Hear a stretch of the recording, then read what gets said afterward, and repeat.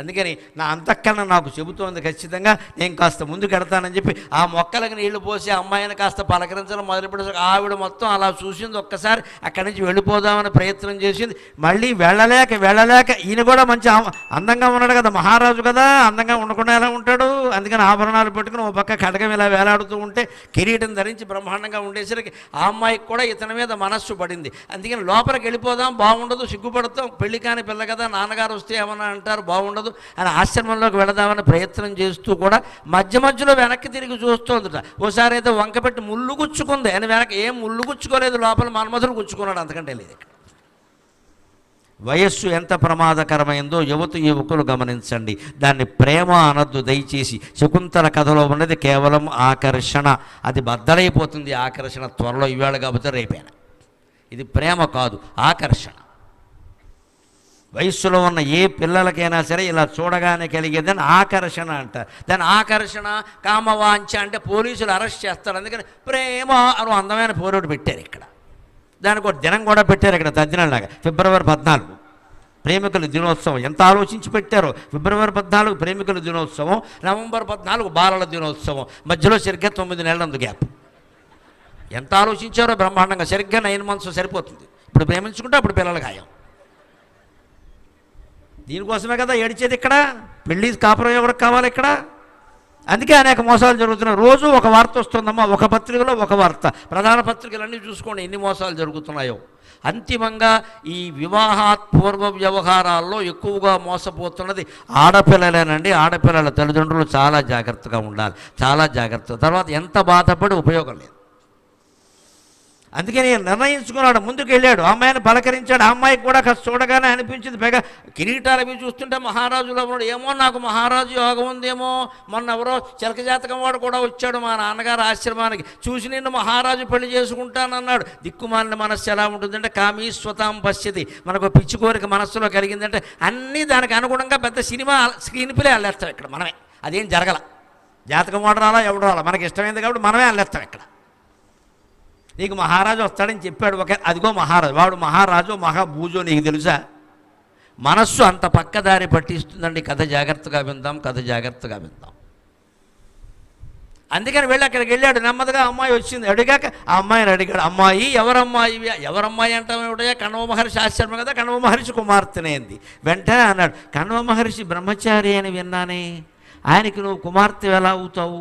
నాకు అనుమానంగా ఉందమ్మా, సందేహం తీర్చు అన్నాడు. వెంటనే ఇదే ఎప్పుడు వార్త మాట పెదవి దాటిందంటే పృథివీ దాటినట్టు.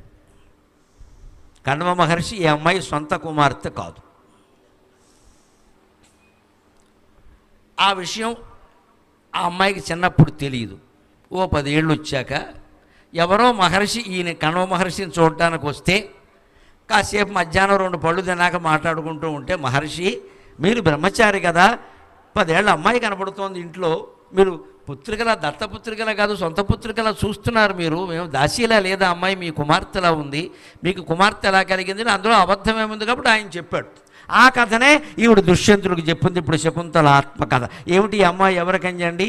దేవతల్లో అప్సరస అయినటువంటి మేనకకి మహర్షి అయినటువంటి విశ్వామిత్రుడికి పుట్టినటువంటి కన్య. మేనకా విశ్వామిత్రుల కన్య. ఈవిడికి శకుంతల అని పేరు ఎవరు పెట్టారో తెలుసా?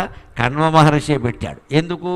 ఈ విశ్వామిత్రుడు ఒక రాజు, గాధి మహారాజు కుమారుడు, గాధేయుడు అంటారు. ఆయనకి వశిష్ఠునితో పోటీ వచ్చింది. తపస్సులున్నా కూడా రాగద్వేషాలు మామూలే. వశిష్ఠుని కంటే గొప్పవాడిని కావాలని ఆయన తపస్సు చేశాడు. తపస్సు కూర్చునేసరికి 10 ఏళ్ళు తపస్సు చేశాక ఇంద్రుడికి అనుమానం వచ్చింది. వాడికి ఎప్పుడూ అనుమానమే, వాడి పదవి ఊడిపోతుందేమో అని ఒక అప్సరసను పంపించాడు. అక్కడ ముందు డ్యాన్స్ అయ్యి పడితే పడతాడు, లేకపోతే పోతాడు, ముందు ప్రయత్నం చేద్దాం దానికే ఉంది అని అప్సరసను పంపించాడు. మనవాడు 10 ఏళ్ళు తపస్సు చేశాడు. మహర్షులు కూడా ఎలా ఉంటారో గమనించండి. దుష్యంతుడు పడ్డాడంటే విచిత్రమేం లేదు ఇక్కడ. ఇంత 10 ఏళ్ళు తపస్సు చేసిన విశ్వామిత్ర మహర్షి మేనక వచ్చి ఓ పెద్ద డ్యాన్స్, ఓ ఐటెం సాంగ్ ఒకటి పాడగానే ఈయన తలిపేశాడు. మళ్ళీ 10 ఏళ్ళు తీలేదు ఇంకా. నమశివాయ. ఇది మనిషి మనస్సు. అంత తపస్సు చేసినటువంటి మనిషి జారిపోయాడు. మనమెవరం అంటే మట్టి బొమ్మలం ఎక్కడ. అందుకే ఎప్పుడూ ఇబ్బంది పడేటువంటి వాతావరణంలో ఉండకుండానే మనల్ని మనం నిగ్రహించుకోవాలి. అంతే తప్ప నేను అందరూ అందంగా ఉన్న వాళ్ళ మధ్యలోనే ఉంటాను, వాళ్ళతో కరచాలనాలు చేస్తాను, అన్నీ చేస్తాను, కానీ మనస్సును సాధ్యం కాదు. ఇది అసలు ఆ వాతావరణంలోకి వెళ్ళకూడదు. నిగ్రహం కావాలనుకుంటే వెళ్ళకూడదు. వెళ్ళినా ఒక క్షణంలో దేవాలయంలో దర్శనం చేసుకుని వచ్చేయాలి. దేవాలయానికి వచ్చిన వాళ్ళు అందరికేసి మనం చూడకూడదు. అప్పుడు 70 ఏళ్ళ వాడైనా చెడిపోతాడు, 17 ఏళ్ళ వాడు చెడిపోతాడని వేరే చెప్పక్కర్లేదు. ఈ మనస్సు అంత దొంగది అని విశ్వామిత్రుడు మనస్సు ఆయన మోసం చేసింది. పైగా ఆయన రాజు, రాజ్యాన్ని పాలించాడు. మహర్షి కావాలని రాజరికాన్ని వదిలేసి తపస్సు చేశాడు. మళ్ళీ ఈ గోల ఏంటంటే అంతే. అది పోనీ బాధ్యత చూడండి, ఆవిడకి బాధ్యత లేదు, ఈయనకి బాధ్యత లేదు. ఇద్దరు కలిసి పిల్లని కన్నారు. పిల్లని నది ఒడ్డున వదిలేసి వెళ్ళిపోయారండి నిర్దాక్షిణ్యంగా. ఎందుకంటే నాకు తపస్సు నాకెలా కుదురుతుంది అన్నాడు ఆయన. నేను అప్సరసని, ఆవిడకి ఎక్కడో డ్యూటీ వేస్తారు, మళ్ళీ ఇంకో మహర్షి దగ్గర వెళ్ళిపోవాలి, ఆవిడ డ్యూటీ. అందుకని నేను వెళ్ళిపోతాను, వెళ్ళిపోయి వారి దారిని వారు వెళ్ళిపోతే, వీరి దారిని వీరు వెళ్ళిపోతే అమాయకురాలైన శకుంతల ఎలా బతకాలండి? తల్లి తండ్రి ఆలోచించలేదమ్మా. ఈవిడ జీవితంలో దయనీయమైన విషయం ఇది. తల్లి తండ్రి వదిలేసినటువంటి పిల్ల, ఆ పిల్ల అదృష్టం బాగుండి కణ్వ మహర్షి కంటపడింది. ఈయన బ్రహ్మచారి, అప్పటికి ఈయనకి 50 ఏళ్ళు ఎంతో వయస్సు కూడాను. ఈయన నదికి స్నానానికి వెళ్ళాడు. అక్కడ విచిత్రంగా ఒక చెట్టు పక్కని పొదల దగ్గర ఈ పిల్ల ఉంది. ఈ పిల్లకి పక్షులు రకరకాల కోకిలలు, పావురాలు లాంటివి వచ్చి ఎక్కడి నుంచో చిన్న చిన్న చిదుగులు లాంటివి, పళ్ళ మొక్కలు లాంటివి, ఆకులు లాంటివి పట్టుకొచ్చి ఈ అమ్మాయికి తినిపిస్తున్నాయి. ఆయనకు ఒక్కసారి జాలేసింది. పక్షులు కూడా అనాథైన పిల్లని పోషిస్తున్నాయి, మనిషినైనా నేను పోషించకపోతే ఎలాగా? అది కణ్వ మహర్షి. కణ్వాస్థానము మాధుచిత్తము అని సాగర ఘోషలో కావ్యంలో భారతీయుల హృదయం అంటేనే కణ్వ మహర్షి ఆస్థానమయ్యా, మాకు దయ ఎక్కువ. అందుకని పైగా బ్రహ్మచారి లేని పొంది పెట్టుకున్నాడు ఈయన. ఇప్పుడు పాపం ఈయన ఎన్ని కష్టాలు పడతాడో చూద్దాం. ఈ పెట్టుకున్నందుకు లేని పొంత దినం కొని తెచ్చుకుంటాం ఒక్కోసారి, జాలే. కానీ కష్టాలు వస్తాయి, అప్పుడు ఎలా తట్టుకోవాలి అది కూడా కణ్వ మహర్షి చెబుతాడు. అనుకోకుండా మలుపులు తిరుగుతుంది కదా, మనం చేసిన ఉపకారం ఉండదని అపకారం అయిపోతుంది. ఈయన చూశాడు, పక్షులు కూడా లాలిస్తున్నాయి, పళ్ళ మొక్కలు తెచ్చి పెడుతున్నాయి. కొన్ని పక్షులైతే పండుగా తినలేదని దాని మొక్కల కింద ముక్కుతో గీరి ఒక్కో మొక్కని పిండి రసం పోస్తున్నాయండి బాబా. ఆ పక్షులకి ఎంత ప్రేమో పిల్లలంటే. ఆ రసంతో ఈ పిల్ల పెరిగిందండి. కణ్వ మహర్షి చూశాడు, ఆలోచించాడు. శకుంతేభ్యః లాలిత అని శకుంతల అని పేరు పెట్టాడు. శకుంతం అంటే పక్షి, శకుంత పక్షి శకుని, శకుని ద్విజాగ. అమరకోశంలో ఉన్నవాడు పక్షికి 10 పేర్లు ఉన్నాయి. ఖగే విఖంగమ వికాయసాగ శకుంతి పక్షి శకుని, శకున ద్విజాగ. శకుంతము అంటే పక్షి. శకుంతేభ్యో లాలిత, శకుంతముల చేత లాలింపబడింది అని శకుంత శబ్దానికి లా అనే అక్షరం కలిపి శకుంతల అని గొప్ప అందమైన పేరు. 5000 ఏళ్ల క్రితం జరిగిన కథ ఇంకా ముందే జరిగింది నిజం చెప్పాలంటే.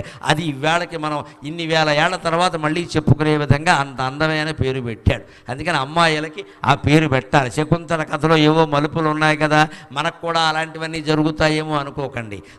ఏ మలుపులున్నా ఏమైనా అందంగానే ముగుస్తుంది కథ ఖచ్చితంగా. అందుకని అమ్మాయిలకి ధైర్యం నేర్పాలంటే శకుంతల కథ చెప్పాలి. కష్టాలు ఒక్కోసారి అనుకోకుండా వస్తాయి, వాటి నుంచి ధైర్యంగా తట్టుకోవడం ఎలాగో కూడా శకుంతలే చెబుతుంది, మనకి వేరే వాళ్ళు చెప్పక్కల. అందుకని శకుంతల అని పేరు పెట్టాడు. ఆ రకంగా తీసుకొచ్చారండి. మా నాన్నగారు ఈ కథని ఎవరో మహర్షికి చెబుతుంటే విన్నాను. అంచేత నేను క్షత్రియ కన్యని, విశ్వామిత్రుడు క్షత్రియుడు కదా, దేవకన్య అప్సరస, వారికి జన్మించాననగా ఇప్పుడు ఈయన నమ్మకం నిజమైంది కదా అమ్మయ్య అనుకున్నాడు. అంతే, వాట్సాప్ ఫోన్ తీసాడు, మెసేజ్ పంపించాడు వెంటనే. ఇక్కడ నేను రెడీగా ఉన్నాను, నువ్వు రెడీగా ఉన్నావా? ఈ అమ్మాయికైనా బుద్ధి ఉండాలా? ఆయన కూడా ఓ మెసేజ్ పంపగానే పడిపోవడమే. ఎప్పుడు మనస్సు అంత మాయ చేస్తుంది. ఇంతవరకు దుష్యంతుడి మనస్సు దుష్యంతుడిని మాయ చేసింది, ఇప్పుడు శకుంతల మనస్సు శకుంతల మాయ చేస్తుంది. ఈ కథ అంతా విన్నాక, అమ్మాయి నువ్వు చాలా అందంగా ఉన్నావు, నువ్వు మహారాజు మందిరాల్లో ఉండాలి, ఇక్కడ ఉండమేమిటి? ఈ లవ్ పేరు మీద ప్రతి గొట్టంగాడు ఈ మాటే మాట్లాడతాడు. దుష్యంతుడు కూడా అదే మాట్లాడాడు. నువ్వు ఉండవలసింది మహారాజ మందిరంలోనమ్మా, ఇక్కడ ఉండడం. ఈ మునిపల్లెనుండుటది ఎలా? అమ్మాయి వెంటనే ఏమిటో ఎవరో అనలేదు నన్ను ఈ మాట, ఈ మహారాజు ఒక్కడే అంటున్నాడు ఏమిటో అని ఇటు తిరిగింది కాబట్టి వాడు మిగిలిన పద్యం ఇంకాస్త ఘంటసాల లెవెల్లో అందుకున్నాడు. వాడు అటు తిరగకుండా గో అమ్మ కొడతాను ఏమనుకుంటున్నావు అని వెళ్ళిపోయి ఉంటే పద్యం ఆగిపోయేది. ఈ పద్యానికి మనం నన్నయ్య గారికి కృతజ్ఞతలు చెప్పాలి. ఇందాకటవన్నీ కాళిదాసు శ్లోకాలు. ఇప్పుడు ఆదికవి నన్నయ్య శకుంతలోపాఖ్యానంలో రాసిన పద్యాలు. ఇవాళ కాళిదాసు గురించి 3 రోజుల్లో నన్నయ్య గారి గురించి, వ్యాసుడి గురించి, పిల్లల మర్రి పినవీరభద్ర కవి గురించి కూడా మాట్లాడుకుంటాం మనం. అందరూ కలిసి శకుంతలోపాఖ్యానాన్ని ఎలా గుదిగుచ్చి ఒక పుష్పగుచ్చంలా అందించారో మంథని గ్రామ ప్రజలకి, పట్టణ ప్రజలకి అందించేటువంటి ప్రయత్నం చేస్తాను. భగవంతుడు మాకు ఈ ఓపిక జ్ఞానము ఎందుకు ఇచ్చాడు అంటే, అందరూ కావ్యాలు చదవలేరురా గరికపాటి, నువ్వు చదివి వాళ్ళకి చెప్పరా అంది అమ్మవారు. నాకు వేసిన డ్యూటీ అయితే అందరూ పుస్తకాలు చదవాలంటే కష్టం నాయన, నీకున్నంత ఖాళీ ఎవడుకుంటుంది, నీకున్నంత ధారణాశక్తి మాత్రం ఎవరికి ఉంటుంది. అందుకే నేను ఇంటి దగ్గర కూర్చుని ఇవన్నీ చదివి ప్రవచనాల్లో చెప్పరా అబ్బాయి, లోకం బాగుపడుతుంది అని అమ్మవారి యొక్క ఆజ్ఞ. ఆవిడ మనం ఉపయోగించుకుంటుంది, అంతకంటే ఏం కావాలి? ఆవిడ చేతిలో బొమ్మలా సాధనంగా ఉపయోగపడుతున్నాం, యోగక్షేమాలు ఆవిడ చూసుకుంటుంది. ఈ ముని పల్లె నుండుటిది ఏలా శకుంతల, నీకు నేను చెప్పవలసిన అవసరం లేదు. కణ్వ మహర్షి కుమార్తెవి, దత్త కుమార్తెవే, నా కుమార్తెవి కదా, నీ జన్మ నీకు తెలుసు. క్షత్రియ కన్యవి, నేను క్షత్రియుణ్ణి. ఈ ముని పల్లె నుండుటిది ఏలా కరం అనురాగమొప్పగా భామిని నాకు భార్యవయి భాసురలీల అశేష రాజ్యలక్ష్మీ మఖనీయ సౌఖ్యములు మేలుగనందుము. ఈ ముని పల్లె నుండుటిది ఏలా భామిని నాకు, ఈ ముని పల్లె నుండుటిది ఏల కరంబనురాగమొప్పగా భామిని నాకు భార్యవయి భాసురలీల అశేష అశేష రాజ్యలక్ష్మీ మఖనీయ సౌఖ్యములు మేలుగనందుము. అనిందితేందు పాదామల తుంగహర్మ్యముల, అనిందితేందు పాదామల తుంగహర్మ్యముల హారి హిరణ్మయ కుట్టిమంబులన్. నన్నయ్య గారి పద్యం అంత బాగుంటుందమ్మా. మహానుభావుడు మంథని పక్కన ప్రవహిస్తోంది ఈ గోదావరి నది నీళ్లు రాజమండ్రిలో సేవించాడు ఆయన. గోదావరి నదికి రాష్ట్రాల భేదం ఉంటుందా, దేశాల భేదం ఉంటుందా? మా గోదావరి జిల్లాల వాళ్ళకి పాండిత్యం ఎక్కువ అని ప్రపంచం అంతా అంటారమ్మా. అంటే నేను గోదావరి జిల్లా వాడిని, తాడేపల్లిగూడెం దగ్గర బోడపాడులో పుట్టినవాడిని. నేను ఏం చెప్పానో తెలుసా?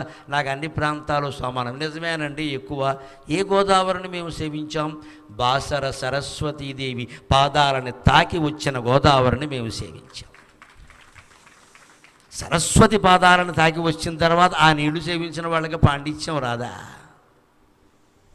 అంచేత మనకు పాండిత్యంతో పాటు వినయము ఉండాలి, భగవంతుడి పట్ల భక్తి ఉండాలి. ఉట్టి గోదావరి అయితే ఏమొస్తుంది? కాలుష్యాలు, మట్టి, బురద వస్తాయి. సరస్వతీదేవి పాదాలను తాకొచ్చింది కాబట్టి ఆ గోదావరిని సేవిస్తే మనకి పుణ్యమే కాదు, జ్ఞానం వస్తుంది. రాబోయే గోదావరి పుష్కరాల సందర్భంగా చెబుతున్న ఆ నదిని కాపాడుకోవాలి, అన్ని విధాలా కాపాడుకోవాలి. మంథని గ్రామ ప్రజలకి గోదావరి గురించి నేను ప్రత్యేకంగా చెప్పక్కర్లేదు, మీరు తీరాల్లోనే ఉన్నారు సుమారుగా. అందుకని ఆ గోదావరి నీళ్లు తాగిన కవి పద్యం ఎలా ఉంటుందండి? ఇది ఈ మునిపల్లె నుండుటిది ఏలా, ఇంత అందమైనటువంటి స్త్రీవి, రాజభోగాలకి అర్హురాలివి, నువ్వు ఈ మహర్షి దగ్గర ఈ మునిపల్లెలో నారచీర కట్టుకుని మెళ్ళ ఊరికే పసుపు తాడు వేసుకున్నట్టుగా పట్టుదారం ఏదో ఓటేసుకుని ఎందుకు ఇది? ఆవిడ పాపం ఆభరణాలు లేక కానీ అందం కోసం కానీ పూల తీగలనే ఆభరణాలుగా పెట్టుకుంది ఆవిడ. అవన్నీ ఎందుకు? నేను బోల్డ్ బంగారం చేయిస్తాను కదా హాయిగా. కాముకుడైన వాడు ఇలాగే మాట్లాడతాడు, అనుమానం ఏమీ లేదు, ఇక్కడ పడిపోకూడదు. కానీ శకుంతల ఏం ఆలోచిస్తుందో చూద్దాం. ఈ మునిపల్లె నుండుటిది ఏల కరంబనురాగమొప్పగా భామిని నాకు భార్యవయి, నేనెంతో ప్రేమగా నేను చూసుకుంటాను, నాకు భార్యవి కావలసింది. అయితే ఏమవుతుందయా? భాసురలీల అశేష రాజ్యలక్ష్మీ మఖనీయ సౌఖ్యములు మేలుగనందుము. ఎవ్వరూ నిన్ను పోలకుండా ఈ మునికన్యలు కూడా ఉన్నవాళ్ళు, అనసూయ, ప్రియంవద మొదలైన చెలికెత్తలు ఉన్నారు అక్కడ. వీరంతా అసూయపడే విధంగా మా శకుంతల మహారాణి అయింది, మేము ఎప్పుడైనా రాజధానికి వెళ్ళినప్పుడు అక్కడికి వెళ్ళి 2 రోజులు హాయిగా బిర్యానీ తినచ్చు అని వీళ్ళ గొడవలు వీళ్ళకుంటాయి ఇక్కడ అని. మీ చెలికెత్తలందరూ, నీతో చదువుకున్న వాళ్ళందరూ, జిల్లా పరిషత్ హై స్కూల్లో చదువుకున్న వాళ్ళందరూ నిన్ను గురించి చెప్పుకుని గర్వపడే విధంగా హాయిగా అశేష రాజ్యలక్ష్మీ మహనీయ సౌఖ్యములు మేలుగనందు నాకు మహారాణివై నా పక్కనే సింహాసనం మీద అర్ధసింహాసనంలో కూర్చుని అన్ని రకాల సౌఖ్యాలు పొందుంటే అమాయకురాలైన శకుంతల ఎలా వేరెట్టి రాజసౌఖ్యాలంటే ఏమిటో అన్నట్టుగా చూసింది. వెంటనే చెప్పేస్తున్నాడు ఇక్కడ మరి అనుమానం వస్తుంది. రాజసౌఖ్యాలంటే మేము ఇక్కడ సుఖంగానే ఉన్నాంగా, మా నాన్నగారు ఆశ్రమంలో అక్కడ సుఖంగానే ఉంది ఆవిడ, ఆవిడ అసంతృప్తి ఏం లేదు ఆవిడకి. రాజసౌఖ్యం అంటే తెలియదు, అసలు అది సౌఖ్యమో కాదో తెలిస్తే కదా చెప్పేది. కనీసం వాట్సాప్లోనో వీడియో కాల్లోనైనా చూపించాలి కదా అది ఎలా ఉంటుందో. అందుకని అదేమిటి అని ఆవిడ అడుగుతోందని అనిపించి ఈయనే చెప్పేస్తున్నాడు. అది ఎలా ఉంటుంది అంటే అనిందితేందు బాదాముల తుంగ హర్మ్యముల. మా రాజభవనాలు ఎలా ఉంటాయో తెలుసా? హారి హిరణ్మయ కుట్టిమంబులన్. కుట్టిమం అంటే అరుగు, సిమెంట్ అరుగు కట్టుకోవడమే మనకి చాలా కష్టంగా ఉంది. ఆయన రాజభవనంలో అరుగులు ఎలా ఉంటాయంటే బంగారంతో ఉంటాయట అరుగులన్నీ కూడా.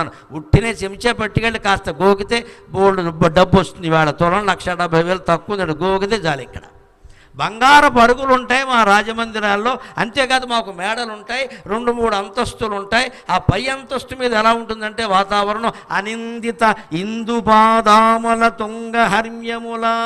చంద్రకిరణాలు నేరుగా పడుతూ ఉంటాయి శకుంతల. ఆ చంద్రకిరణాలు నేరుగా మా డాబా మీద పడుతుంటే నువ్వు నేను చెయ్యి పట్టుకుని ఆ డాబా మీద విహరిస్తూ ఉంటే ఎలా ఉంటుందో ఒక్కసారి ఊహించుకో అనగానే మన పిల్లకి 16 ఏళ్ళు నిండలేదు కాబట్టి ఐసై అట్టై రొట్టై మట్టి అయిపోయింది. అనుమానం వెళ్ళేది ఇక్కడ.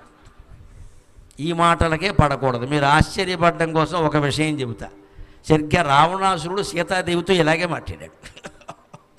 విశ్వనాథ వారు రామాయణ కల్పవృక్షం చదివితే అర్థమవుతుంది. రావణాసురుడు ఈయనంటే హీరో అనుకుంటున్నాం, ఆయన విలన్ కదా. ఆయన సీతాదేవితో ఏమన్నాడు అంటే నీ అంత అమాయకులు ఎవరో ఉండరు ఇక్కడ. ఏ సన్నాసిను పెండ్లి ఆడి ఇక వాడే ఎంచు కూర్చుందురు. నీలాంటి అందగత్తెలు రాముడు లాంటి జడదారం చేసుకోవడం ఏమిటమ్మా? నువ్వే కాదు నీలాంటి అమాయకురాలు ఇంకొక ఆవిడ ఉందన్నాడు. ఆవిడెవరో చరిత్రలో ఈవిడ కంటే ముందు ఆవిడ ఒక ఆవిడ ఉందిట, పెద్ద ధనవంతురాలై ఉండి పేదవాడిని చేసుకుందిట. ఎవరావిడో చెబుతాడు ఇక్కడ. ఏ సన్నాసిను పెండ్లి ఆడి ఇక వాడే ఎంచు కూర్చుందురు హిమానీ సంసద్గిరిరాజు కూతురును నీ ఒక్కర్తెవున్. హిమాలయ మహారాజు కుమార్తె ఎవరండి? మన అమ్మవారు. ఆవిడ ఈ వెధవకి అమాయకురాల కింద కనపడింది రావణాసురుడు బుద్ధికి. మా పార్వతీదేవి ఇంతేనమ్మా, హిమవంతుడికి పుట్టింది. ఆయన గుహల్లోనే రత్నాలు ఆభరణాలు అన్నీ ఉంటాయి. ఆవిడ పోనీ లలితా సహస్రం చదివినా మీకు అర్థమవుతుంది. ఆవిడకున్న ఆభరణాలు ఎవరికీ లేవు ఖచ్చితంగా. కనకాంగద కేయూర కమనీయ భుజాన్విత రత్నగ్రైవేయ చింతాకలోల ముక్తాఫలాన్విత కామేశ్వర ప్రేమరత్నమణి ప్రతిమణస్తని లక్ష్యరోమలతాధార సమున్నేయ మధ్యమ స్తనభారదళన్మధ్య పట్టబంధ వళిత్రయ అరుణారుణ కౌసుంభ వస్త్ర భాస్వత్కటీతటి రణత్కింకిణికారమ్య రమ్య రశనాదామభూషిత. ఇది అమ్మవారి యొక్క వైభవం, సౌందర్యం. ఇన్ని ఆభరణాలు ఉన్నా కూడా ఎవరిని చేసుకుందండి? జరుగన్నేరదు దేహయాత్రయును బిచ్చంబెత్తినంగాని. సంసారం నడవాలంటే శివుడు బయటికి వెళ్ళాలి కపాలం ఒకటి పట్టుకుని. అక్కడికి వెళ్ళి 2 ముద్దలు తెస్తే ఆయన ముద్ద ఈవిడో ముద్ద తింటారు. ఇన్ని ఆభరణాలు ఉన్నవాడు ఆయన ఎందుకు చేసుకుందండి? ఆయన సాక్షాత్ సర్వమంగళ కరుడు. ఈ భిక్షాటనంతా కేవలం ఒక నటన. ఆయనకి ఆయన వేసుకున్న చిన్నపాటి శిక్ష కోసం ఆయన భిక్షాటన చేశాడు, కానీ శివుడికి భిక్షాటన చేయాల్సిన అవసరం ఏమీ లేదు. ఆయన ఎవరి దగ్గర భిక్షాటన చేస్తాడు? ఊళ్ళో వాళ్ళని అడగడండి. అన్నపూర్ణాదేవిని అడుగుతాడమ్మా. ఎవరా అన్నపూర్ణ? ఆయన ఎల్లాను. భిక్షాందేకి కృపావలంబనకరి మాత అన్నపూర్ణేశ్వరి అని మీరు చిత్రాల్లో కూడా చూస్తారు. అన్నపూర్ణాదేవి హాయిగా చేతిలో అన్నం గిన్నెతోటి గరిటతో కూడా ఉంటుంది. ఆడ ఎదురుగా శివుడు నిలబడి ఇలా భిక్షాపాత్ర పట్టుకుని ఉంటాడు. భార్యను భిక్షాటం చేయడం తప్పే ఉందండి. ఇక్కడ కూర్చున్న మగాళ్ళం అంతా చేసే పని పొద్దున 1 గంట కాగానే అదే కదా, అన్నం పెట్టు తప్పే ఉందండి. భార్యను అడగకపోతే పక్కింటికి వెళ్ళి అడుగుతాం, గోమె కొట్టరం. అంచేత భార్యనో తల్లినో భిక్షాటం చేయడం ఎప్పుడూ తప్పు కాదు. అందుకని శివుడు ఎవరిని భిక్షాటం చేయడం? భార్యను చేశాడు. తప్పే ఉంది. వంట ఉండేది ఆవిడే, పెట్టేది ఆవిడే. లేకపోతే పెట్టేది ఆవిడే, లేకపోతే సరిపెట్టేది కూడా ఆవిడే. ఆ ఉపాయం తెలిసినవాడు. అందుకని భార్య దగ్గర భిక్షాటం తప్పే ఉంది. అసలు అంత ప్రేమించే మగవాడు కావాలి కదా అని చేసుకుంది ఆవిడ. అది వివాహం అంటే. ఎప్పుడు ఐశ్వర్యాలు, ప్యాకేజీలు, లీకేజీలు చూసి పిల్లనిస్తున్నారు. ఇప్పుడు మొత్తం పడిపోతారు ఖాయం. ఇక్కడ ఇవాళ పెళ్లి చూపులు జరుగుతున్నాయంటే ప్యాకేజీ ఎంత? ముందు ఆడపిల్ల తల్లిదండ్రుల నోట వచ్చే మాట ఇదే. ప్యాకేజీ ఎంత? 36 lakhs అయితే మాట్లాడు, లేకపోతే వద్దు. అది కూడా కనీసం 36 కనీసం. ఎంతైతే సరిపోతుందో తెలియదు ఇంకా. కానీ మొహమాటం లేకుండా చెబుతూ ప్యాకేజీ ఎంత ఎక్కువ ఉంటే అనారోగ్యాలు, ఆందోళనలు అంత ఎక్కువ ఉంటాయమ్మా. ఆలోచించండి, దయచేసి ఆలోచించండి ఒక్కసారి. ఏం చేసుకుంటారు ఆ ప్యాకేజీ? పైగా అమ్మాయిలు కూడా చేస్తున్నారుగా. అందుకే ఈయనకో 1,00,000 ఆవిడకో 1,00,000 ఉంటే సరిపోదండి. అమ్మాయికో 3 లక్షలు నెలకి, అబ్బాయికో 6 లక్షలు ఏం చేసుకుంటారు? ఎంత చేసినా చేస్తున్న పని ఏమిటంటే 6 లక్షల్లో 4 లక్షలు ఈఎంఐ. నమశివాయ. దేనికి ఇంకా నీ బతుకెక్కడ? అంతకంటే ఆటో డ్రైవర్ నయం. సాయంత్రానికి 500 1000 రూపాయలు సంపాదిస్తాడు వాడు. 500 అద్దె కట్టేస్తాడు, పట్టుకెళ్ళి 300 శుభ్రంగా వేసేస్తాడు. పేత్వా పేత్వా ఆగడానాం పేత్వా అని వేసేస్తాడు. 200 బెళ్ళానికి ఇస్తాడు. పులుసుకో 2 చంపేస్తానంటాడు. వాడి బెళ్ళం మహాపతివ్రత, వాడు చెప్పినట్టు వింటుంది. వాడు అదృష్టవంతుడు, చంపేస్తాడు. లేకపోతే నిజంగా రోజుకు 1000 రూపాయలు సంపాదించే ఆటో వాడు గొప్పవాడా? 1000 కోట్లు పోగేసిన వాడు గొప్పవాడా? ఎవడు గొప్పవాడు? వాడికి సుఖంగా నిద్ర పడుతుంది. పైగా ఎక్కడ పడుకోగల? ఆటోలోనే వెనకాల పడుకుని ముందుకు కాళ్ళు తన్నెట్టేస్తాడు వాడు. ఆటో ఎవడో పట్టుకెళ్ళకుండా ఉంటాడు, సేఫ్టీ, సుఖంగా పడుకుంటాడు. బేరం వస్తే లేస్తాడు. ఈ 1000 కోట్లు సంపాదించిన వాడికి అన్నం అరగదు, నిద్ర పట్టదు. వీడు వజ్రాలు కొనుక్కోగలడు, కానీ మరమరాలు కూడా అరగవు. దేశంలో పరిస్థితి అదే.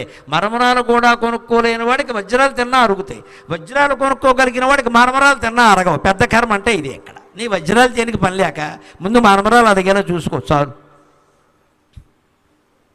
చిన్న మరమరాలు కూడా అడగనప్పుడు వజ్రాలు తిన మనకి ఎంత డబ్బు ఉంది? ఎందుకు డబ్బు? ఏం చేసుకుంటావు? కాపురాలు సవ్యంగా నడవాలి అంటే పార్వతీ పరమేశ్వరులాగే మన అమ్మాయిలు అబ్బాయిలు జీవితాంతం ఉండాలంటే డబ్బు అవసరమేనమ్మా, కానీ అంత ప్రాధాన్యం ఇవ్వకూడదు. అతని వ్యక్తిగత ప్రవర్తన ఎటువంటిది, అసలు ఆదాయాన్ని ఉంచుతున్నాడా ఖర్చు పెట్టేస్తాడా, ఈ మనస్తత్వం ఎటువంటిది, ముందు ఆరోగ్యం ఎలాంటిది, తల్లిదండ్రుల ఆరోగ్యం ఏంటి, ఈయన ఆరోగ్యం ఏంటి, చెప్పని రోగాలు ఏమన్నా ఉన్నాయా అని అన్నీ తెలుసుకుని పిల్లనివ్వాలి. పిల్లని చేసుకున్నా సరే అలాగే చేసుకోవాలి. అప్పుడే కాపురాలు నిలబడతాయి. అందుకని పెళ్లి చూపులు మ్యాట్రిమోనీ వాడు ఎవడో పంపగానే నమ్మేయకూడదు. ఇవాళ పత్రికలు చూసుంటారు, మ్యాట్రిమోనీ వాళ్ళ ద్వారా వచ్చేవాళ్ళు శుభ్రంగా వచ్చి అమ్మాయిలతో నిశ్చితార్థం అయిపోయే వరకు ఉండి, నిశ్చితార్థం అయిపోగానే అమ్మాయికి ఫోన్ ఇచ్చేస్తాంగా మనం ఇష్టంగా వాళ్ళు మాట్లాడేసుకుంటే వాడు ఎక్కడికో రమ్మంటాడు. ఎలాగో అరుడే కదా అని పంపిస్తాడు. అంతే సాన్నిహిత్యం ఏర్పడుతుంది. వాడు ఫోటోలు తీస్తాడు, అక్కడి నుంచి బ్లాక్మెయిల్ చేస్తాడు. మొత్తం కన్యాదాత సొమ్మంతా గొల్ల అయిపోయినట్టే లెక్క. జరుగుతున్నాయి ఇవాళ పేపర్ చూడండి. పెళ్ళికొడుకుల పేరు మీద వచ్చేవాళ్ళంతా పెళ్ళికొడుకులు కాదండి, చాలామంది ఉన్నారండి వేరే రకాల మనుషులు.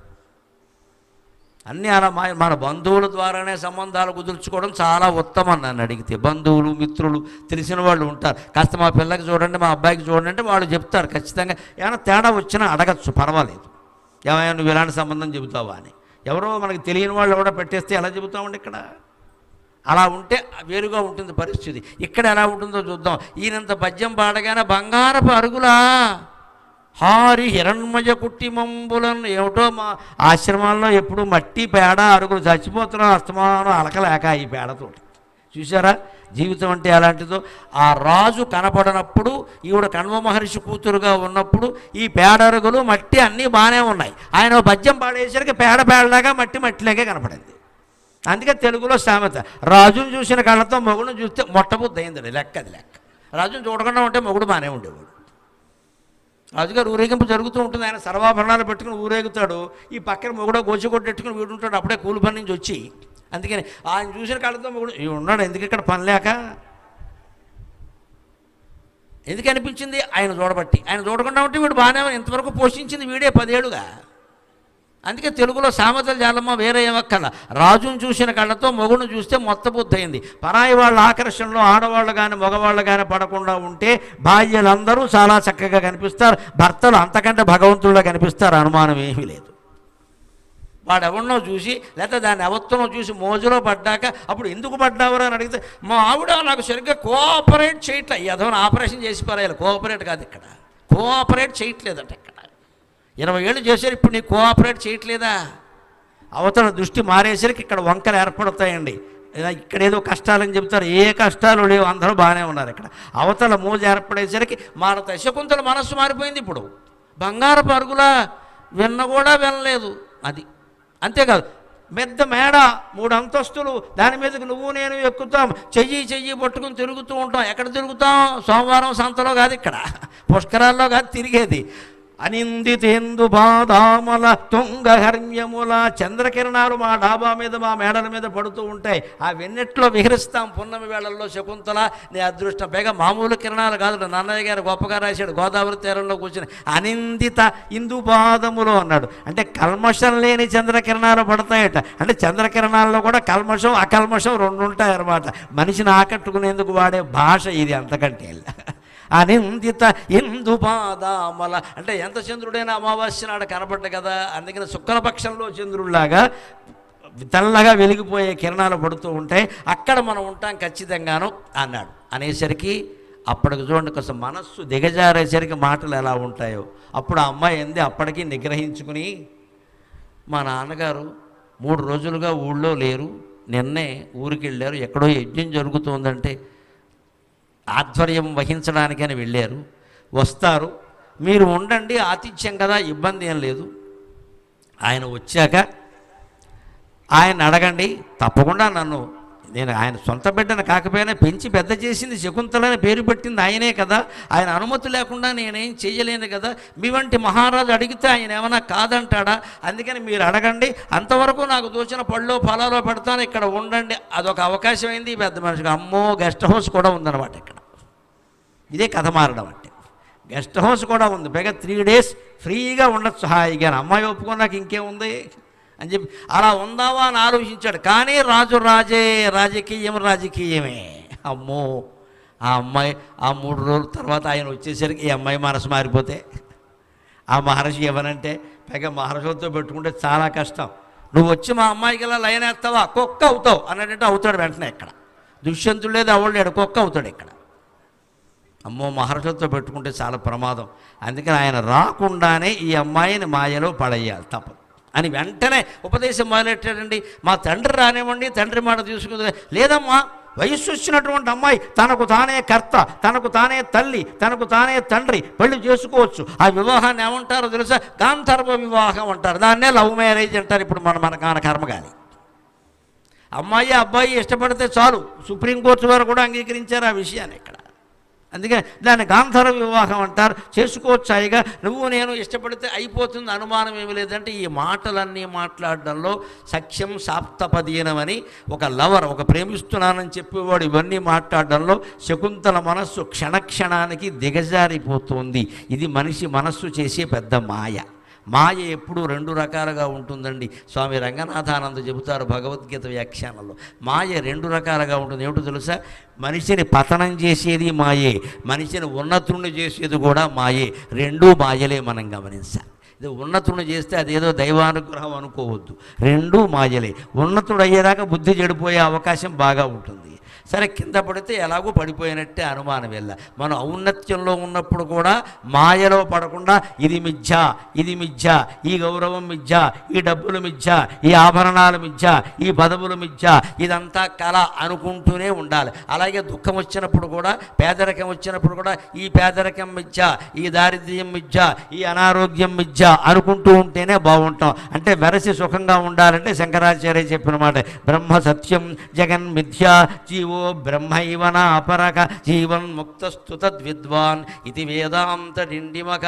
పరమాత్మ ఒక్కడే సత్యం, జగత్తంతా మిథ్య. సుఖము మిథ్యే, దుఃఖము మిథ్యే అన్నది చాలా తేలిగ్గా తాత్కాలికంగా తీసుకుంటే అందరూ బాగుంటారు. ఆవిడ అలా తీసుకోలేకపోయింది, ఈ మాటలకి పడిపోయింది. తానే కర్తను అంటున్నాడు, నేను ఎక్కడా చదువుకోలేదు ఇంతవరకు, ఆ మాట మా నాన్నగారు కూడా చెప్పలేదు, అయితే పర్వాలేదన్నమాట అని చెప్పి, అయితే ఇప్పుడు ఏమంటావు అనేసింది. పడిపోయింది వెంటనే. ఏమీ లేదు, తండ్రి వచ్చే వరకు ఆగాల్సిన పనేం లేదు. పైగా మహర్షి ఎక్కడికో వెళ్ళారు కదా, యజ్ఞానికి వెళ్ళారు. ఆ యజ్ఞం ఇప్పుడు అవుతుందా? యజ్ఞం అంటే 1 వారం రోజుల పైన ఉంటుంది, రావాలా? అంతవరకు నీ బతుకు నువ్వు పాడు చేసుకుంటావు అని పెద్ద శ్రేయోభిలాషలు మొదలెట్టాడు ఇక్కడ. కౌన్సిలింగ్ అంటే ఇది రాంగ్ కౌన్సిలింగ్. ఆ మాటలకు ఆ అమ్మాయి పడిపోయింది. ఒక మైకంలో ఉంది. అప్పుడు ఏం మాట్లాడిందో తెలుసా? మహారాజా, నాకు ఒక వరం ఇయ్యాలి, రాజుల మాట తప్పరు కదా అంది. తప్పను, ఏం కావాలి అడగమన్నాడు. నాకు నీకు పుట్టిన కుమారుణ్ణే రాజు చెయ్యాలి, ఎందుకంటే నీకు ఇదివరకే భార్యలు ఉన్నారు, సంతానం ఉండొచ్చు, నేను అన్యాయం కావడానికి వీల్లేదు, నీ భార్యలకి దాసీగా రావడానికి నాకు ఇష్టం లేదు. కాస్త బుర్ర ఇక్కడ పనిచేసింది కొంచెం, ఆవిడ కింద పడినా కూడా బుర్ర పనిచేసింది కొంచెం. అందుకని ఒక షరతు పెట్టింది, నాకు పుట్టినటువంటి కుమారుణ్ణి రాజు చేస్తాను అంటే నువ్వు అన్నదానికి అంగీకరిస్తానంటే ఓ అభ్యంతరమేం లేదు అనేస్తాడు. ఆ తర్వాత చూసుకోవచ్చు మిగిలిన నేను ఎక్కడ అభ్యంతరమే లేదు. అసలు ముందు రాజు చేశాకే తర్వాత మనం పెళ్లి చేసుకుందామని అంతే, సాధ్యమైనా కాకపోయినా. ఎక్కడ కావాలంటే కృత్రిమ మేతతో నీ కొడుకు పుట్టినట్టు వాడిని రాజు చేసినట్టు ఒక ఫోటో తీసేస్తా, మొత్తం 10 నిమిషాలు వీడియో తీసేస్తా, చూసుకో అన్నాడు. ఈ మాటల్లో ఈ అమ్మాయి పడిపోయింది. అంతే 3 రోజులు విహారం చేసిందండి. తర్వాత కథ విచిత్రంగా మారిపోయింది. కాస్త మంచినీళ్ళు తాగి చెబుదాం ఆ విషయం. ఆ మాటల్లో ఇంకొక మాటకి ఆవిడ బెదిరింది. రాజులకి 2 రకాల వివాహాలు ఉంటాయి, శకుంతల, గాంధర్వ వివాహం లేదా రాక్షస వివాహం. ఒప్పుకుంటే గాంధర్వ వివాహం, ఒప్పుకోకపోతే బలవంతంగా తీసుకుపోవడం, అది కూడా రాక్షస వివాహం. అది కూడా ఉందంటే అమ్మాయి ఒక నిర్ణయానికి వచ్చింది, మా నాన్నగారు ఎలాగూ లేరు, 2 రోజుల వరకు రారు, కాబట్టి ఒప్పుకోకపోయినా ఈ పెద్ద మనిషి బలవంతంగా లాక్కెళ్ళేలా ఉన్నాడు, అదేదో ఒప్పుకోవడమే మంచిది కదా, మనం అనుకున్న షరతులైనా నెరవేరుతాయి అని ఒప్పుకుంది. 3 రోజులు హాయిగా అక్కడ మొత్తం పొదరళ్ళ వెనకాల బాగా విహరించారు. ఇంకా తర్వాత పరిణామాలు ఎలా ఉంటాయో నేను చెప్పవలసిన పని లేదు, మీరు వినవలసిన పని లేదు. 3వ రోజు రాత్రి శుభ్రంగా వందే భారత్ ఎక్స్ప్రెస్లో కణవ మహర్షి గారు దిగారు, కమండలం పట్టుకుని. ఆయన దిగేసరికి ఇక్కడ సీన్ విచిత్రంగా ఉంది, ఎందుకంటే అనుభవించిన రాజు వెళ్ళిపోయాడు. వెళ్ళిపోయేటప్పుడు కూడా ఏం కంగారు పడకు, ఏం కంగారు పడు, నేను ఇలా వెళ్ళడం, నీకోసం రథం రావడం, నువ్వు రథం ఎక్కడం, అక్కడికి వెళ్ళిపోవడం, అక్కడికి వెళ్ళాకేంటో తెలుసా, ఈ మునిపల్లె నివసించుటయేలా హారి హిరణ్మయ కుట్టిమంబులన్ అనిందితేందు పాదామల తుంగహర్మ్యముల హారి హిరణ్మయ కుట్టిమంబులన్ అశేష రాజ్యలక్ష్మీ మహనీయ సౌఖ్యముల మేలుగనందుము ఈ మునిపల్లెయందు వసించుటయేలా. ఈ మాట బాగా పట్టేసింది. అందున అనుభవాలు అనేకం అయిపోయాయి కదా, మనం గమనించాలండి. ఇవాళ పెళ్ళికి ముందు ప్రీ వెడ్ షూట్ని ఎంతమంది జరుపుతున్నారో ఆలోచించండి దయచేసి. ఆ మాట ఏమిటండి, ప్రీ వెడ్ షూటా?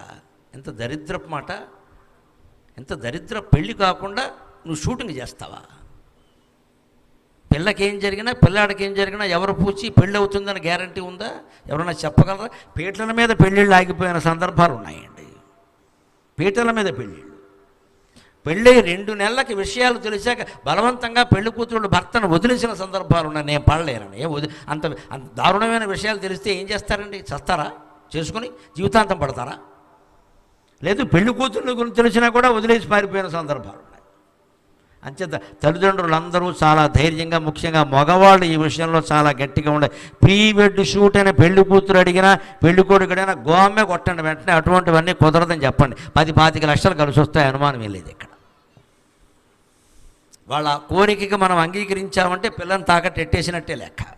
పెళ్ళి అయిన తర్వాత షూటింగ్లు ఉండవా? ఒక ముహూర్తం లేదా?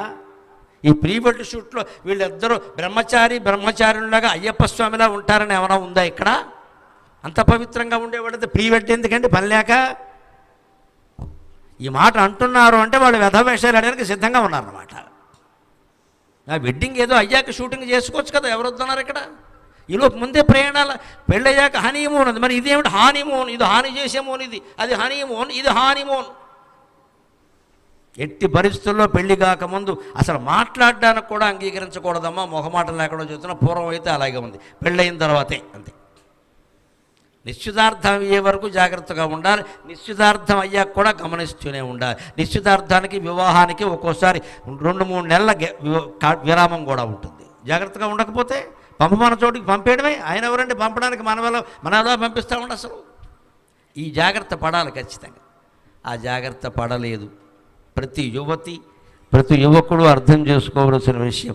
తల్లిదండ్రులు లేనప్పుడు పిల్లలు ఎలా ఉండాలో తెలుసుకోవాలి. అంతే ఇవాళ ఆధునిక సమాజాన్ని దృష్టిలో పెట్టుకుని చెబుతున్నా, ఎప్పుడూ తల్లో తండ్రో ఎవరో ఒకరు వయస్సు వచ్చిన పిల్లలతో పాటు ఉండి తీరాలండి. ఇద్దరూ వెళ్ళిపోయి వీళ్ళకి పెత్తనం అప్పగించడం చాలా తప్పది జరుగుతుంది.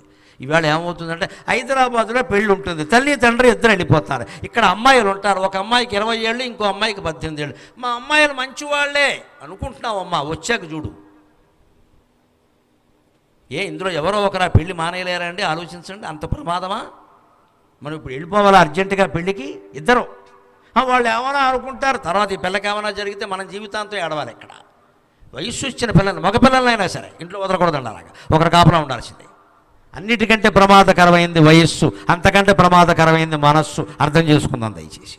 ఖచ్చితంగా తల్లో తండ్రో ఎవరో ఒకరి దగ్గర ఉండాల్సింది. అన్నిటికంటే ప్రమాదకరం వయస్సు, అంతకంటే ప్రమాదకరం మనస్సు. వీళ్ళకి వయస్సు ఉంది, మనస్సు ఉంది, ఎలా వదిలేస్తామండి? వాళ్ళ మీద నమ్మకం, వీళ్ళ మీద నమ్మకం. అందరికంటే మన్మధుడి మీద నమ్మకం ఎక్కువగా ఉంది అందరికి. ఇక్కడ వాడి లీల వాడు చేస్తాడు, తర్వాత ఏడిచిన ఉపయోగం లేదు ఇక్కడ. అందుకే కణ్వ మహర్షి వచ్చాడు, అమ్మాయి ఆయన వెళ్ళిపోయాడు కదా, నమ్మకం ఉంది కానీ దిగులుగా ఉంది. అప్పుడేంటి, ఈ అనుభవాలన్నీ అయిపోయాక గుర్తొస్తాడు తండ్రి. మా నాన్నగారు ఎంత తపస్వి, ఎంత మహానుభావుడు. నన్ను అక్కడ అనాథ కింద నా తల్లిదండ్రులు వదిలేస్తే, పసిగుడ్డుని 3 నెలలు కూడా లేవు నాకు, పక్షులు పళ్ళగుచ్చి తినిపిస్తుంటే ఈ బ్రహ్మచారి నన్ను తెచ్చి నెత్తినెట్టుకున్నాడే, ఈయనకి ఏం పని, తద్దినాన్ని తెచ్చిపెట్టుకున్నట్టు ఈయన. ఎవడు చెప్పాడు? ఈయనకి భార్య లేదు కదా, ఎవరు పెంచుతారు ఈ పిల్లని? అలా ఆలోచించలేదే. అయ్యో చిన్నపిల్ల, అయ్యో చిన్నపిల్ల అని శకుంతల అని ప్రపంచంలో ఏ తండ్రి ఏ కూతురికి పెట్టినంత అందమైన పేరు పెట్టాడే నాకు.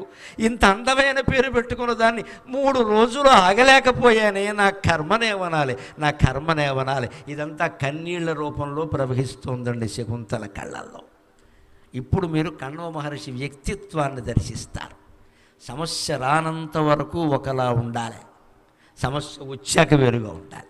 ఇదే వ్యాస మహర్షి భారతంలో చెబుతాడు. భయం ఎంతవరకు అంటే, తావత్ భయేషు భేతవ్యం యావత్ భయం అనాగతం, ఆగతేతు భయం దృష్ట్వా ఆగతం తు భయం దృష్ట్వా ప్రకర్తవ్యం అశంకయ అంటాడు. భయం వచ్చే వరకు, భయం వచ్చి మీద పడే వరకు నువ్వు తీసుకోవలసిన చర్యలన్నీ తీసుకో. ఇంట్లోకి దొంగలు వస్తారు, దోపిడీలు జరుగుతున్నాయని భయం ఉందనుకుందామండి. నగరంలో ఏం చేసుకోవాలి? గట్టి సింహద్వారం, గట్టి తాళం, కప్పతాళం, ఎలక తాళం, పావు తాళం ఎన్నేస్తావో వై, పర్వాలేదు. అవసరమైతే పరుపు కింద ఒక కత్తి కూడా పెట్టుకో, పర్వాలేదు. కానీ దాని గురించి ఇంకా ఆలోచించకో. కత్తి దగ్గరుండి తాళం గట్టిగా వేసి కూడా దొంగలు వస్తారేమో, దొంగలు వస్తారేమో, దొంగలు రారు, బీపీ వస్తుంది.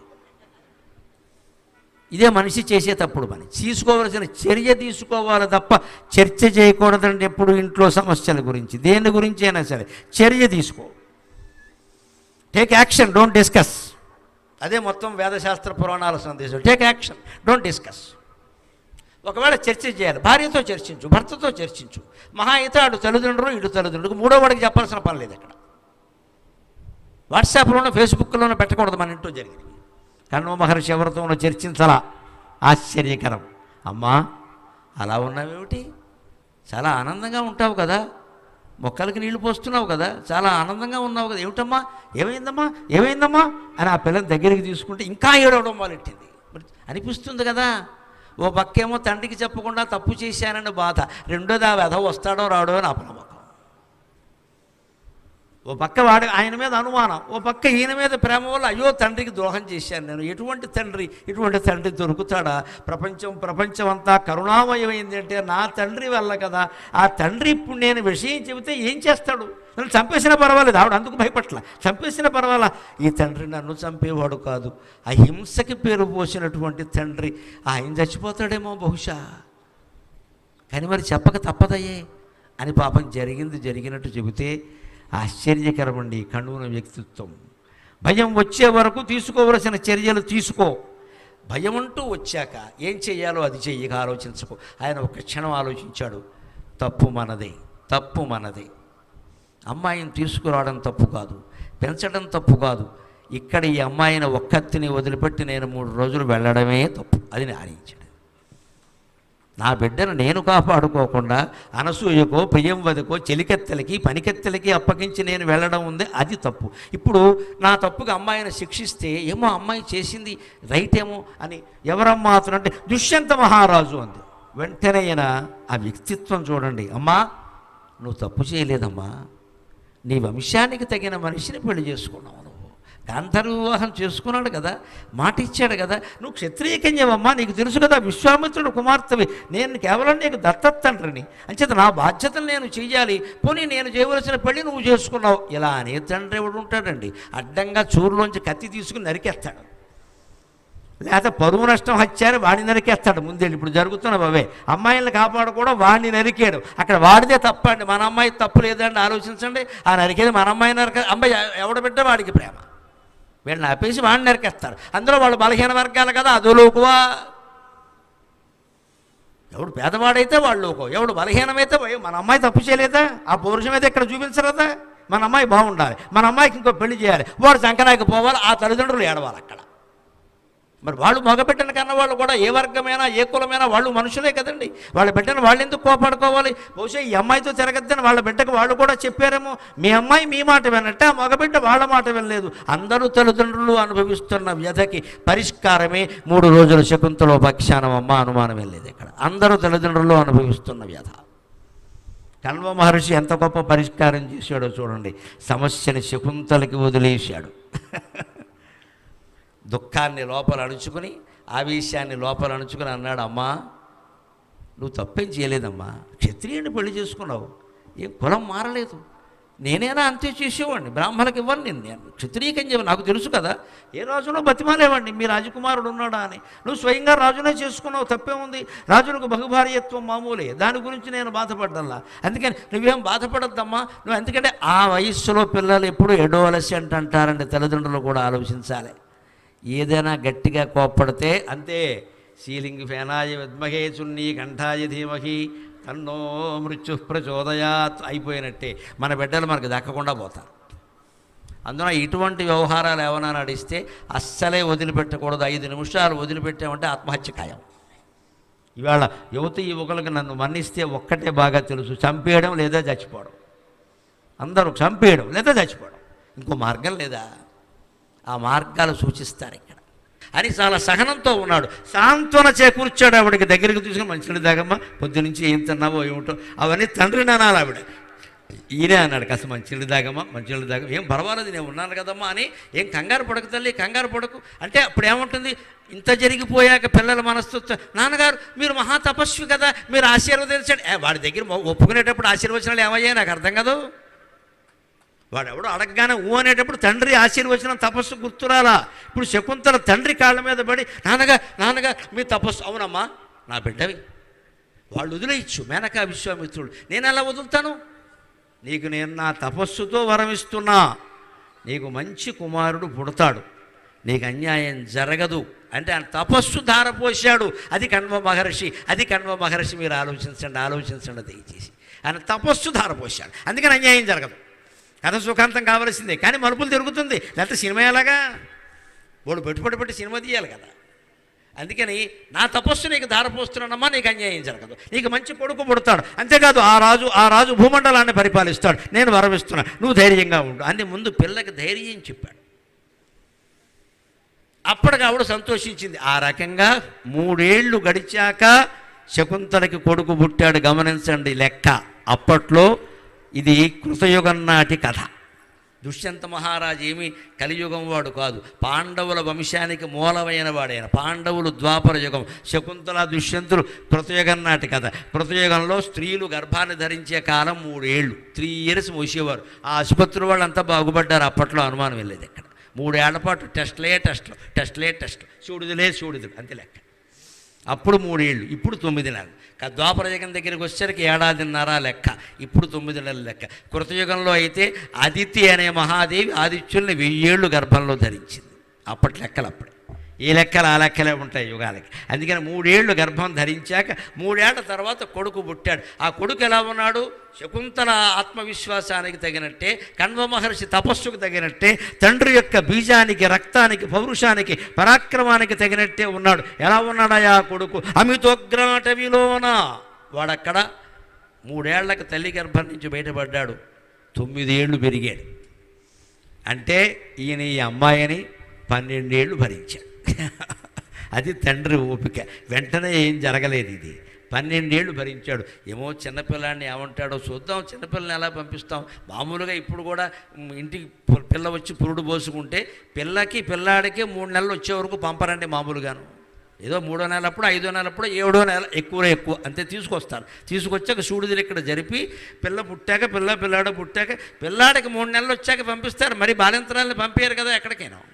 అందుకని ఇప్పట్లో 3 నెలలు అట్టు పెడుతున్నారు, అప్పుడు 3 ఏళ్ళు కూడా అట్టు పెట్టుకునేవారు. ఆయన 9 ఏళ్ళు అట్టు పెట్టుకున్నాడు. అప్పటికి 9 దాటి 10 అంటే రాజకుమారుడికి యువరాజ పట్టాభిషేకం చేసే వయస్సుది. 16 ఏళ్ళకి రాజే అవుతాడు. అంచేత 11, 12 ఏళ్ళకి యువరాజు కావాలి. యువరాజు పట్టాభిషేకం చేయాలంటే ఎక్కడుంటే ఏమవుతాడో గోచి పెట్టుకుంటాడు. అక్కడ కణవ మహర్షిలాగే కూర్చుంటాడు కమండలం పట్టుకుని. అందుకే నేను తండ్రి గారి దగ్గరికి ఈయన పంపించాలి అని ఆయన ప్రయత్నం చేస్తూ ఉంటే, ఈయన 6 ఏళ్ల వయస్సులోనే తల్లి గర్భం నుంచి 3 ఏళ్ళు బయటపడ్డాక 6 ఏళ్ల వయస్సులో ఈయన ఎలా ఉన్నాడో తెలుసా? అమితోగ్రాటవిలో అన్న నాన్నయ్య గారు భరతుడి గురించి అద్భుతమైన పద్యం రాస్తున్నాడు. అమితోగ్రాటవిలో అనగృమ్మరు పరాకవ్యాళ శర్దూల ఖడ్గమదే బాదుల పట్టి తెచ్చి ఘనుడై కన్వాశ్రమోపాంత భూజములందోలిన గట్టుసున్ బలిమిమై శాకుంతలుండొప్పే వన్యమదే బాదుల నెక్కుసున్ తగిలి నానా శైశవ క్రీడలన్. పద్యరచనలో ఉండే గొప్పతనం సరిగ్గా 3 పదాలతో ఆయన వయస్సు సూచించాడు. దూకుతున్నాడు. ఈ వయస్సులో పిల్లల్ని ఆపకపోతే ఇలాగే దూకుతాడు అని చెప్పడానికి 3 పదాలు వాడాడు ఇక్కడ. అది నన్నయ్య గారి కవిత్వం. తొలి తెలుగు కవి, గోదావరి నీళ్లు తాగిన వాడి కవిత్వం, వైదిక బ్రాహ్మణుడు కవిత్వం, మహాతపస్వి కవిత్వం అలా ఉంటుంది. 9 ఏళ్ల పిల్లాడిని అమ్మాయిని ఎలా చూడాలి అంటే, వాళ్ళు దూకుతారు, కాలు విరగొట్టుకొస్తారు సాయంత్రానికి. దూకనిస్తే అదే, అలాగని దూకద్దని ఇంట్లో కూర్చోబెట్టుకున్నావు అనుకో, ఇంకెందుకు పనికి రాకుండా తయారవుతాయి. నువ్వు దూకడానికి వీల్లేదు, బయటికి వెడితే దూకుతావు కాబట్టి లోపల ఉండంటే స్మార్ట్ ఫోన్ పట్టుకుంటారు, వేరే రకంగా దూకుతారు. ఎందుకు వచ్చిన గొడవ? దూకనివ్వాలి, ఆడనివ్వాలి, ప్రమాదం కాకుండా చూసుకోవాలి. ఈ పిల్లాడు ఎంత ప్రమాదకరమైన పనులు చేస్తున్నాడంటే, అమితోగ్రాటవిలోన గ్రుమ్మరు, భయంకరమైన అరణ్యం ఉంది అక్కడ. ఆ అరణ్యంలో మహర్షులు తపస్సు చేసేవారు. గమనించండి, నగరం మధ్యలో ఆ కాంప్లెక్స్లు కట్టుకోలేదమ్మా వాళ్ళు. హైదరాబాద్ అబిడ్స్ జంక్షన్లో ఏ మహర్షి ఉండేవాడు కాదు, ఉంటే తపస్సు నడవదు. ఉగ్రాటవి, భయంకరమైన క్రూర మృగాలు ఉండే చోట తపస్సులు చేసేవారు. 2 ప్రయోజనాలు ఆశిస్తారు వాళ్ళు. ఒకటి ఏమిటంటే, జనం ఎవరో అక్కడికి రారు, వస్తే మృగాలు మింగేస్తాయి. రెండో ప్రయోజనం ఏమిటో తెలుసా? అక్కడ పుష్కలంగా కందమూల ఫలాలు దొరుకుతాయి. కందం అంటే దుంప, మూలం అంటే వేరు, ఫలం అంటే పళ్ళు. మనం ఎక్కడో పట్టణంలోనో గ్రామంలోనో కూర్చుంటే పళ్ళు అన్నీ ఎక్కడ దొరుకుతాయి. వాడిపోయినవి దొరుకుతాయి, కుళ్ళిపోయినవి దొరుకుతాయి. హైబ్రిడ్ పళ్ళు హైదరాబాద్లో జాంపళ్ళు అమ్ముతూ ఉంటారు. జాంపండులో ఉండదండి, కొబ్బరి బొండంలో ఉంటుందండి. దీని దుంప తెగ చచ్చిపోతాం చూడలేక. కొబ్బరి బొండమే ఇంత లావు, అంత మీరు తిని చూడండి, అందులో ఏమీ ఉండదు, నీళ్లు తప్ప. అదే హైబ్రిడ్ సంకరజాతి అంటే అలాగే. అదే మన తెలుగునాట దేశవాళీ జాంపళ్ళు ఉంటాయి. ఎంత రుచిగా ఉంటాయండి, ఎంత ఉంటుంది, అసలు వదిలిపెట్ట బుద్ధి కాదు. గింజలతో సహా మొత్తం తినేయడమే. దేశవాళీ సరుక్కి సంకరజాతి హైబ్రిడ్ దానికి అంత తేడా ఉంది ఖచ్చితంగా. అందుకే మహర్షులు దేశవాళీ సరుకు కోసం అరణ్యాల్లో ఉండేవారు. అవి కూడా రాలిన పళ్ళు తినేవారు. పొద్దున్న 2 పళ్ళు, మధ్యాహ్నం 4 పళ్ళు, రాత్రి 2 పళ్ళు, అంతే. రాత్రి పళ్ళ మధ్య నాలుగేసుకుని పడుకోవడమే, ఇంకేం ఉండవు ఇక్కడ. ఇలాగే తినేవారు. మహర్షుల ఇళ్లలో గ్యాస్ పొయ్యి, ఆధార్ కార్డు అవన్నీ ఉండవు ఇక్కడ. ఉంటే వాళ్ళకి సంసారాలన్నీ ఏర్పడినట్టే, లేనిపోను గొడవ అవే ఉండవు. రాలిన పళ్ళు తెచ్చుకోవడమే, పళ్ళు రాలగొట్టే అలవాటు లేదు వాళ్ళకి. అలా ఉండేవారు. అటువంటి అరణ్యాల్లో ఈ కొడుకు వెళ్ళి 6 ఏళ్ల భరతుడు ఏం చేస్తున్నాడంటే, అమితోగ్రాటవిలోన గ్రుమ్మరు వరాగ వ్యాళ శార్దూల ఖడ్గ మదేభాదుల బట్టి తెచ్చి. అక్కడ పెద్ద అడవి పందులు ఉంటాయి. ప్రతి జంతువుకి మామూలు గ్రామంలో జంతువు వేరు, అడవిలో వేరు. గుర్రం వేరు, అడవి గుర్రం వేరు. కుక్క వేరు, అడవి కుక్క వేరు. పంది వేరు, అడవి పంది వేరు. దున్నపోతు వేరు, అడవి దున్నపోతు వేరు. అడవిలో ఉండే దాని రూపం, దాని పౌరుషం, దాని బండతనం అన్నీ వేరుగా ఉంటాయి. ఇక్కడ గ్రామంలో అదే దున్నపోతూ ఉన్నప్పుడు అది వేరుగా ఉంటుంది. అందుకని ప్రతిదీ అంతే. ఇక్కడ మనిషి వేరు, అడవి మనిషి వేరు, అంతే లెక్క. మా భయంకరమైన అరణ్యంలో తిరిగే వరాగాలు, అడవి పందులు, వ్యాళం, తాచుపాములను కూడా పట్టుకునేవాటి. వీడి సాహసం బంగారం. వ్యాళం అంటే ఏనుగు పాము 2 ఉన్నాయి, కానీ ఏనుగుని మదేభం అని వాడాడు. అందుకని వ్యాళం అంటే తాచుపాము. తాచుపామును కూడా ఎలా పట్టుకుంటారో తెలుసా? అంత భయపడక్కర్లేదు పాము గురించి. నేను శాస్త్రాల్లో చదివి చెబుతున్నా. ప్రతి ప్రాణికి ఒక బలహీనత ఉంటుంది.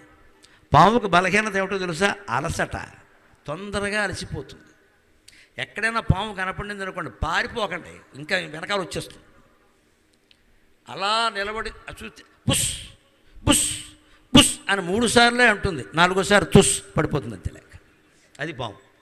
భగవంతుడు దానికి బలహీనత పెట్టాడు. పాములు పట్టేవాళ్ళు అదే కనిపెడతారు. వాడు పాములు పట్టేవాళ్ళు ఇళ్లల్లో మీరు గమనించండి, ధైర్యం ఉంటే వెళ్ళి బుట్ట మీద బుట్ట పెట్టి, బుట్టలో 2 పాములు పెట్టి దాని మీద మంచం వేసి పడుకుంటాడు సుఖంగా. వాడు మనవను కూడా పడుకోబెట్టుకుంటాడు పక్కనే. ఎక్కడి నుంచి వచ్చిందండి ఈ ధైర్యం? వాడికి తెలుసో బుస్సు బుస్సు అంటుందిరా, నువ్వు 3 సార్లు ఫ్రెంచ్ ద్వారా బుస్సి అని తలుచుకో, అల్లూరు సీతారామరాజు బుస్సి బుస్సి అని పోతున్నాడు. అది లేవదు, కాటేయదు. బుస్ బుస్ అంటే భయపెట్టడానికి. ఎందుకంటే పాముకి మన కాటేయాల్సిన అవసరం లేదు. పాము నరమాంసం తిందు, దానికి ఏమో ఆహారం కాదు, అది భయపెట్టడానికి. అది ఎందుకు భయపడుతుంది? మనం ఏమైనా చేస్తామేమో అని భయం. తాను భయపడేవాడు ముందు ఇతరులను భయపడతాడు ఇక్కడ. అంటే మన వాడిని అంతకంటే భయపడమే. రౌడీకి ప్రత్యేకమైన ధైర్యం ఉండదండి, మన భయమే వాడి ధైర్యం.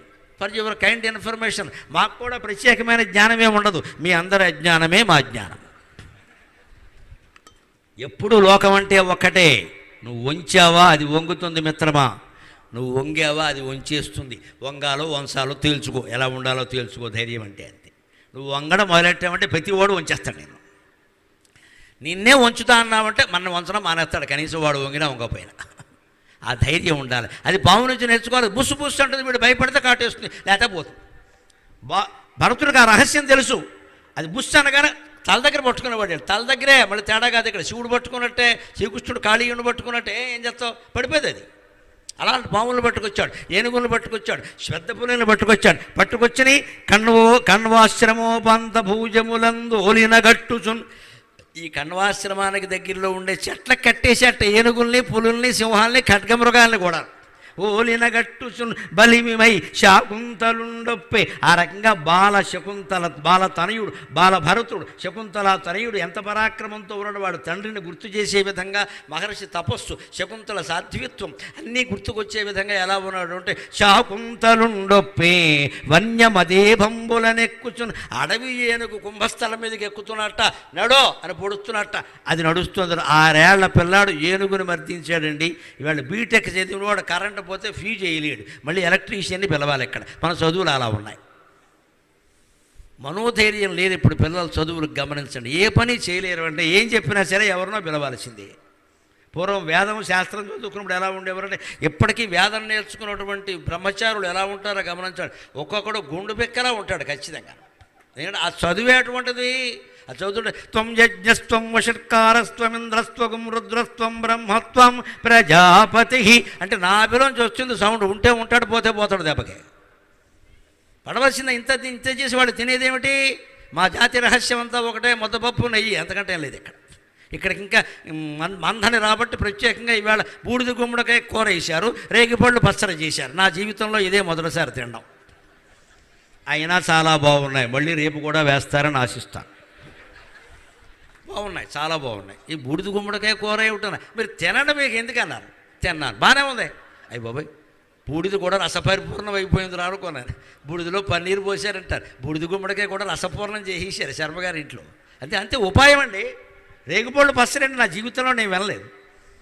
పచ్చడి చేశారు, రేగుపళ్ళు పచ్చడి చేయడం చాలా కష్టం. ఎందుకంటే గింజ ఎక్కువ, గుజ్జు తక్కువ. ఏం చేయమంట?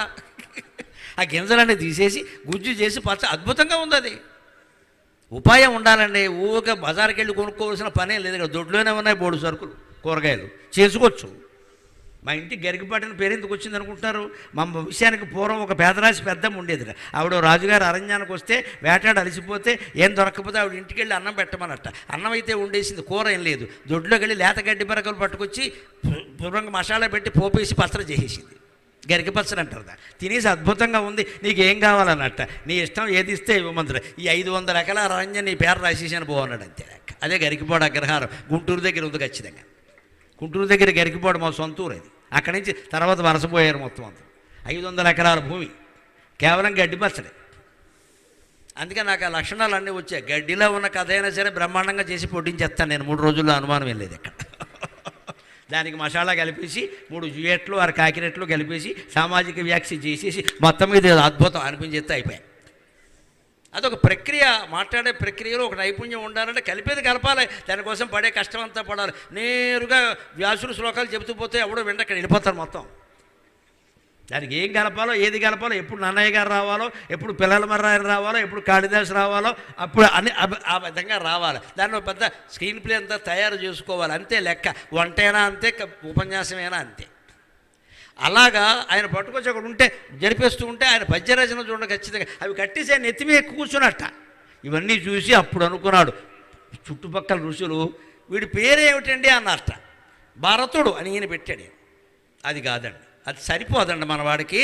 సర్వదమనుడు అని పెట్టండి, మొత్తం అన్నిటినీ అణిచేసే రకం అని పెట్టండి. ఇంకా అనుమానం లేదు. పులుల్ని సింహాల్ని పట్టుకొచ్చి ఇక్కడ కట్టేస్తున్నా అంటే వీడికి భరతుడు అని ఏదో సౌమ్యమైన పేరు పెడతారు ఏమిటండి, మొత్తం జైంట్ కిల్లర్ వీడు, మామూలు వాడు కాదు. ఇంకా అందుకని సర్వదమనహ అని పేరు పెట్టండి, అనుమానం వెళ్ళా అన్నాడు. ఆ రకంగా బాలభరతుడు పెరిగి పెద్దవాడు అవుతున్నాడండి. ఇప్పుడు 9 ఏళ్ళు గడిచిన తర్వాత కణ్వ మహర్షి నోట మరో మాట వచ్చింది, తండ్రిగా ఆయన బాధ్యత. ఆ మాట ఏమిటో పిల్లకి ఎలా నచ్చజెప్పాడో, తర్వాత కథ ఎన్ని మలుపులు తిరిగిందో, అక్కడి నుంచి రసపరిపూర్ణమైనటువంటి ఈ కథ సుఖాంతంగా దేవతా కరుణ వల్ల ఎలా ముగుస్తుందో ఇదంతా మనం రేపు సాయంత్రం 6 గంటలకు ఖచ్చితంగా కలుసుకుని తెలుసుకునేటువంటి ప్రయత్నం చేద్దాం. అందులో అంతవరకు నాకు మాట్లాడడానికి, మీకు వినడానికి అవకాశం ఇచ్చిన అమృతప్రాయమైన తెలుగు భాషలో మనం మాట్లాడదాం. శరం.